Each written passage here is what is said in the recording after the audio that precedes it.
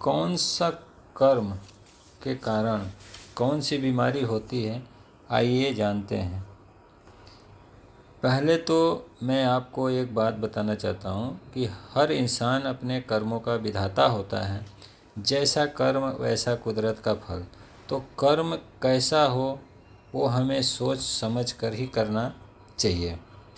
मन, कर्म और वचन से की गई कोई भी हिंसा, कोई भी कर्म हमारी कर्मों की कैटेगरी में आती है।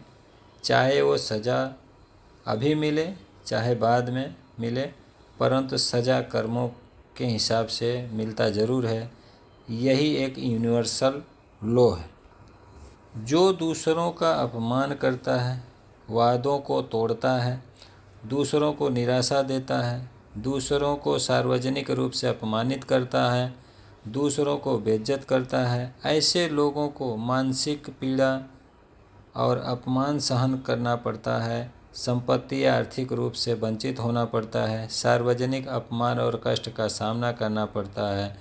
तो हो सके तो किसी के साथ गलत कर्म ना करें कि सज़ा तो मिलनी ही मिलनी है। तो हो सके तो ऐसे कर्म से दूर रहें। और एक बात बता दूं, यदि आप किसी के साथ गलत कर्म किए हैं तो उससे माफ़ी मांग लें तो शायद कुछ कर्म में कमी आ सकती है। तो आप किसी के साथ कर्म करते हो, वही कर्म वापस आपके पास भी आता है। तो हो सके तो दूसरों के साथ अच्छे कर्म करें। हो सके तो गलत कर्म जानबूझकर या अनजान में हो गई हो तो सामने वाले से माफ़ी मांगकर अपने दुखों को कम किया जा सकता है। यदि आप गलत कर्म नहीं किए हैं परंतु आप दूसरों के लिए गलत सोच रखे हैं, वह भी एक प्रकार का गलत कर्म का भाग माना जाता है। इसलिए बहुत सारे लोग बोलते हैं कि हम कोई गलत कर्म किए ही नहीं हैं तो मेरे साथ गलत क्यों हो रहा है। तो गलत होने का कारण आपकी दूसरों के लिए गलत सोचना ही गलत कर्म माना जाता है। तो हो सके तो आप गलत कर्म नहीं कर रहे हैं, अच्छी बात है, लेकिन हो सके तो किसी के लिए गलत सोचना भी एक गलत कर्म माना जाता है और उसी का सज़ा हमको मिलती है।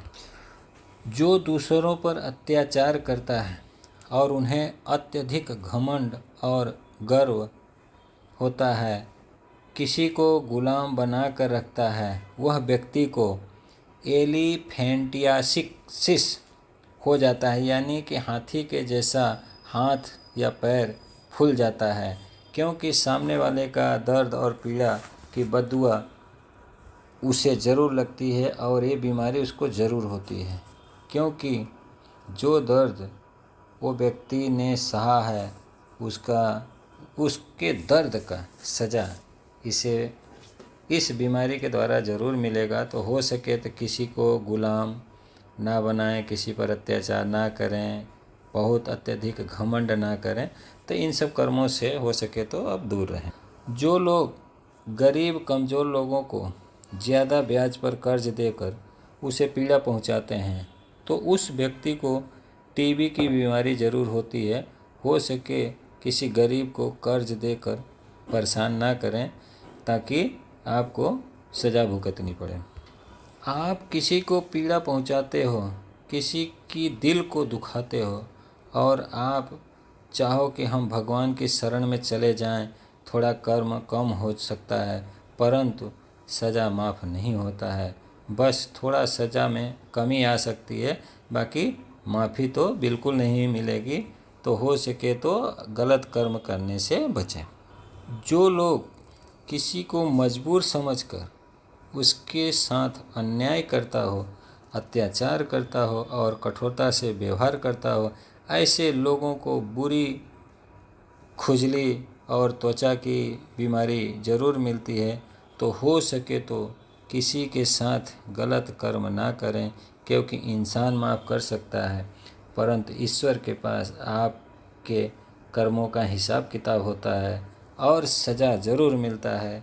यदि आप अपनी सज़ा को कम करना चाहते हो तो दूसरों पर किया गया कर्म की माफ़ी मांगकर अपनी सज़ा ईश्वर से कम करवा सकते हैं।